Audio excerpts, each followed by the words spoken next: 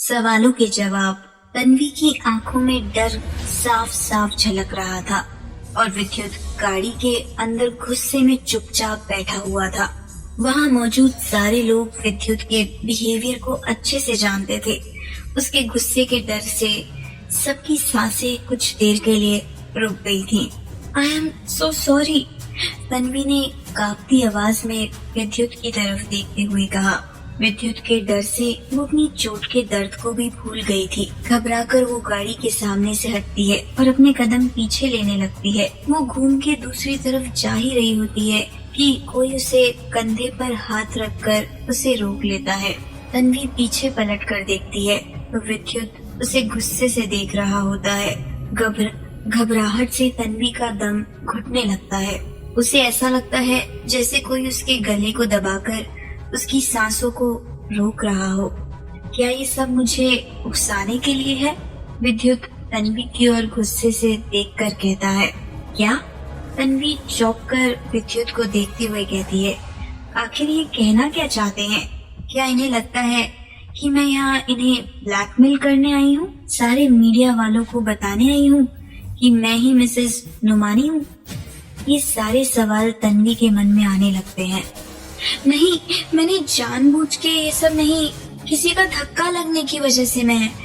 घबराहट में तन्वी अपनी पूरी बात भी नहीं कह पा रही थी। वो एक नजर सारे रिपोर्टर्स की तरफ देखती है।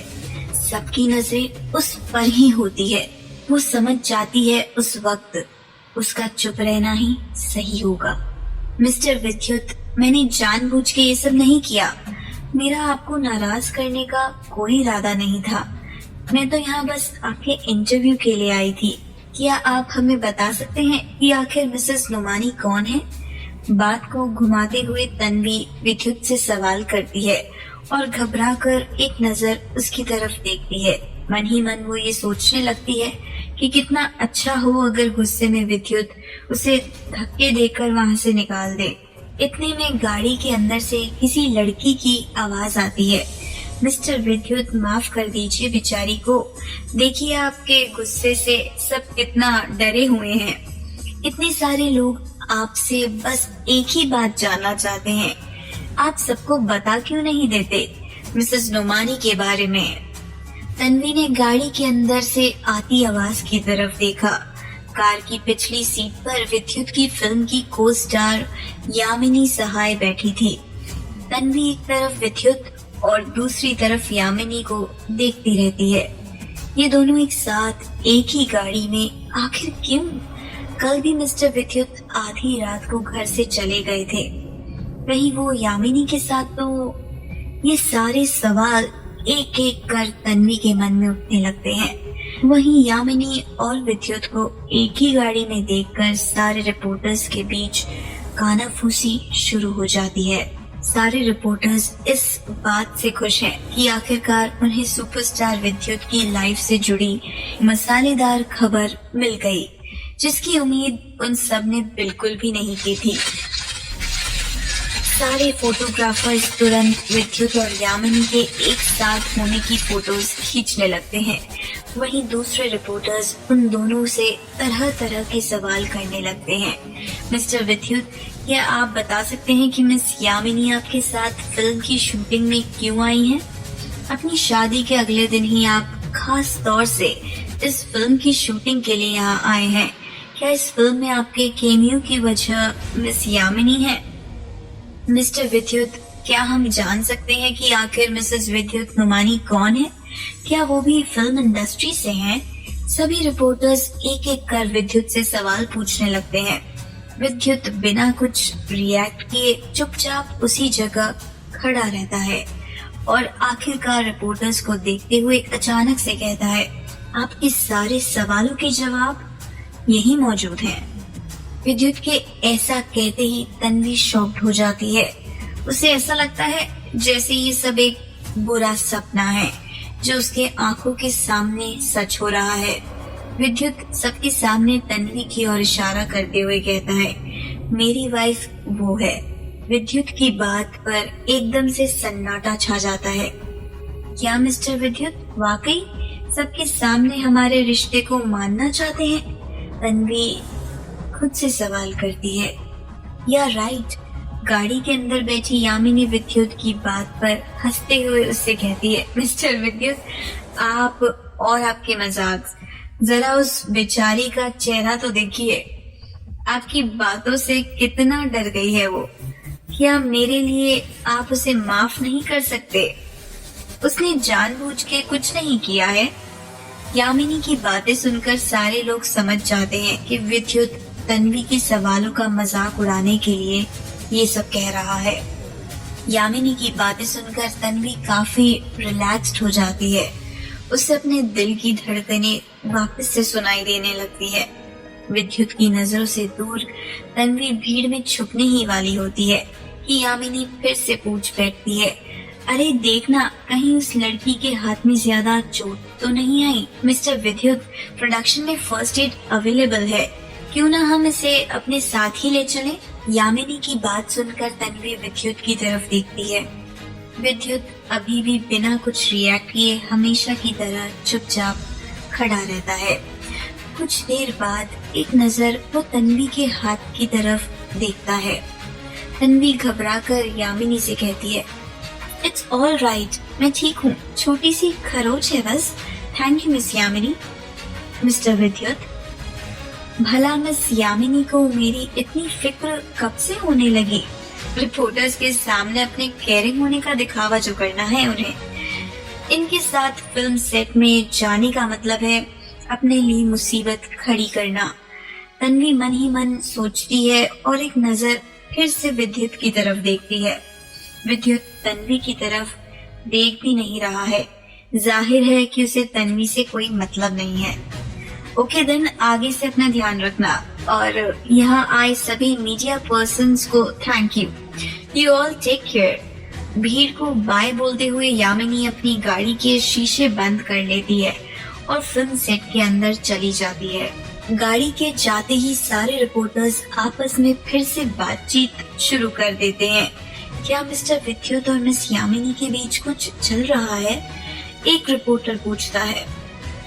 ये दोनों कल रात से ही साथ हैं। क्या मिसेस नुमानी को इस बात की खबर है? दूसरा रिपोर्टर सवाल करता है। तन्वी इन सारी बातों को नजरअंदाज करते हुए भीड़ से दूर आकर खड़ी हो जाती है। वो एक नजर अपने हाथ में लगी चोट पर डालती है। उसका हाथ एक तरफ से कट गया होता है, जिससे खून बहना भी शुरू हो जाता है। दर्द से तन्वी की आंखें भर आती हैं। तभी एक सीनियर रिपोर्टर तन्वी के पास आकर उसे समझाती है, माय डियर, किसी न्यूज को कवर करने के लिए इतना उतावलापन ठीक नहीं। आज तुम्हारी किस्मत अच्छी थी जो मिस्टर विद्युत ने तुम्हारी हरकतों को सीरियसली नहीं लिया, पर ऐसा हर बार होगा ये जरूरी नहीं। तन्वी सिर हिलाते हुए उस रिपोर्टर को थैंक्स बोलती है और मुड़कर आकृति को ढूंढने लगती है। भीड़ में खड़ी आकृति की तरफ उसकी नजर पड़ती है। तन्वी आकृति की ओर बढ़ ही रही होती है कि सामने से फिल्म की क्रू मेंबर कविता उसके पास आ जाती है। तन्वी को बगल में लाकर कविता उससे कहती है, तुम ही हो ना जिसे हाथों में चोट लगी है? चलो मेरे साथ अंदर चलो। इससे पहले कि तन्वी उसे मना करती, कविता उसके पास आकर उसके कानों में धीरे से कहती है, ये मिस्टर विद्युत के ऑर्डर्स हैं। कविता की बात सुन तन्वी काफी सरप्राइज हो जाती है। उसे यकीन नहीं होता कि विद्युत को इतनी फिक्र भी हो सकती है। एक पल के लिए उसे ऐसा लगता है कि उसका सारा दर्द कहीं गायब हो गया। क्या वाकई मिस्टर विद्युत को मेरी फिक्र है? इसका मतलब वो जैसे दिखते हैं असल में उतने बुरे नहीं हैं। अपने मन में ये सब सोचते हुए तन्वी कविता के साथ फिल्म सेट के अंदर चली जाती है। फिल्म सेट पर तन्वी बिना नजर उठाए कविता को फॉलो कर रही होती है। कुछ देर चलते ही पीछे से यामिनी की आवाज आती है, अरे तुम आ गई। यामिनी तन्वी से मुस्कुराते हुए कहती है, वैसे तो तुम्हारी चोट बहुत गहरी नहीं है, पर अगर इसे बिना दवाई लगाए ऐसे ही छोड़ देंगे तो चोट के निशान तुम्हारी बॉडी में रह जाएंगे। इसीलिए मैंने तुम्हें फिल्म सेट के अंदर बुलवाया है। इसका मतलब मुझे अंदर मिस यामिनी ने बुलवाया। वही मैं कहूँ कि अचानक मिस्टर विद्युत को मेरी फिक्र क्यों होने लगी? मुझे फिल्म सेट के अंदर मिस यामिनी के कहने पे लाया गया है। अपने ख्यालों से बाहर निकल तन्वी यामिनी को थैंक्स बोलती है। अरे इसमें शुक्रिया कैसा, इतना तो कोई भी किसी के लिए करेगा। तुम्हें जल्द से जल्द बैक रूम में जाना चाहिए, फर्स्ट एड वहीं पे है, यामिनी मुस्कुराते हुए तन्वी से कहती है। कविता के साथ तन्वी बैक रूम की तरफ चली जाती है। तन्वी के जाने के बाद भी काफी देर तक यामिनी उसी जगह पर यूं ही खड़ी रहती है। उसे बार बार वो बात याद आ रही होती है कि कैसे विद्युत ने कविता से कहकर तन्वी को सेट के अंदर बुलवाया। आखिर मिस्टर विद्युत को इस रिपोर्टर के लिए इतनी हमदर्दी क्यों? वो तो कभी भी ऐसे नहीं थे, यामिनी ने सोचा। वहीं तन्वी कविता के साथ फिल्म सेट के एक वेनिटी में आकर बैठ जाती है। फर्स्ट एड का बॉक्स उसके सामने ही रखा होता है। प्रोडक्शन की कॉल आने की वजह से कविता तन्वी को अकेला छोड़कर वेनिटी से बाहर चली जाती है। अपने सामने पड़े फर्स्ट एड से तन्वी दवाई निकालकर अपनी चोट पे लगाने लगती है और अपने हाथों में पट्टी बांधकर तन्वी वेनिटी की खिड़की से बाहर देखने लगती है। तभी तन्वी को सामने से विद्युत अपनी बॉडीगार्ड्स के साथ उसी पार्टी की तरफ आता हुआ दिखाई देता है। विद्युत का मैनेजर अमृत उससे कुछ कह रहा होता है, जिसे सुनकर विद्युत कुछ देर के लिए रुक जाता है। वेनिटी की खिड़की से तन्वी विद्युत को देख रही होती है। फिल्म की शूटिंग के लिए तैयार होने के बाद विद्युत और भी ज्यादा हैंडसम लग रहा था। उसे देखते हुए तन्वी एक पल के लिए कहीं खो सी जाती है। वहीं दूसरी तरफ विद्युत वेनिटी की गाड़ी से 2 मीटर की दूरी पर है। अगर मुझे फिल्म सेट में मिस यामिनी ने बुलवाया था तो मिस्टर विद्युत को तो इस बारे में कुछ भी पता नहीं होगा। वो तो यही समझेंगे कि मैं उनका पीछा कर रही हूँ। तन्वी ने मन ही मन सोचा और विद्युत के गुस्से से डरकर वो वेनिटी के बाथरूम में जाकर छुप गई।